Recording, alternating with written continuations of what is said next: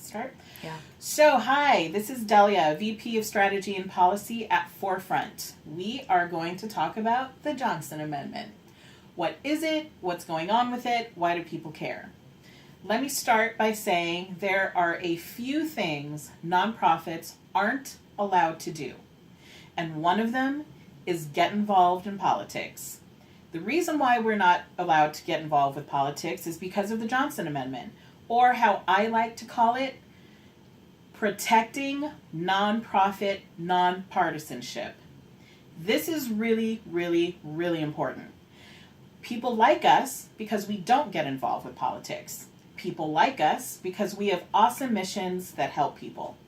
They don't want to see us throwing our hats behind one candidate or another. Rather, they want to see us do civic engagement, voter engagement, helping the people around democracy, get involved with voting, not getting involved with voting ourselves. So, the Johnson Amendment right now is being talked about because the current administration wants to expand rights for 501c3 organizations to get involved with electioneering, which has previously always been prohibited. On the surface, this seems like a great idea. Other people get involved with politics, why not us? Well, there are a few unintended consequences. A few of those unintended consequences includes skirting laws on disclosure of campaign distributions given through nonprofits. Another one could be that organizations that are political in nature could potentially seek charity status in order to raise funds through tax-deductible donations, thus blurring the lines between being a charitable nonprofit and being a political action organization.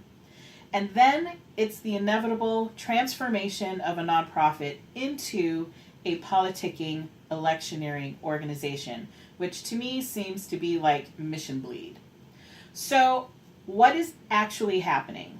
Right now, the Johnson Amendment, which was created in 1954, currently prohibits all 501c3 organizations, including churches and nonprofits, from directly campaigning for or against political candidates. There are currently a couple of proposals making their slow way around Congress to change that fact. One is called H.R. 172. This bill encourages the total repeal of the Johnson Amendment by removing stipulations in the Internal Revenue Code defining nonprofits and churches as tax-exempt organizations.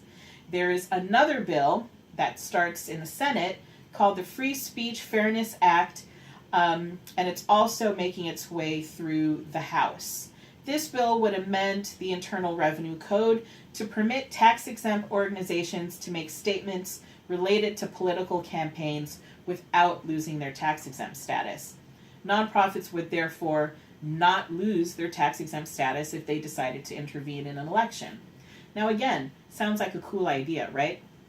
Well, for folks who like to give to charitable organizations, one of the things that policy folks in the nonprofit space are concerned about is the fact that what happens to that charitable donation. Donors actually have a really good incentive to continue to give to charitable nonprofits because those donations are for purely charitable purposes. Therefore, they get rewarded for participating in a purely charitable endeavor, like your mission. You suddenly have political rights, intervening in elections. That contribution starts to look like a political contribution. So, what's better? A nonprofit that is seen as a nonpartisan solver of solutions, or a nonprofit that's now involved in elections?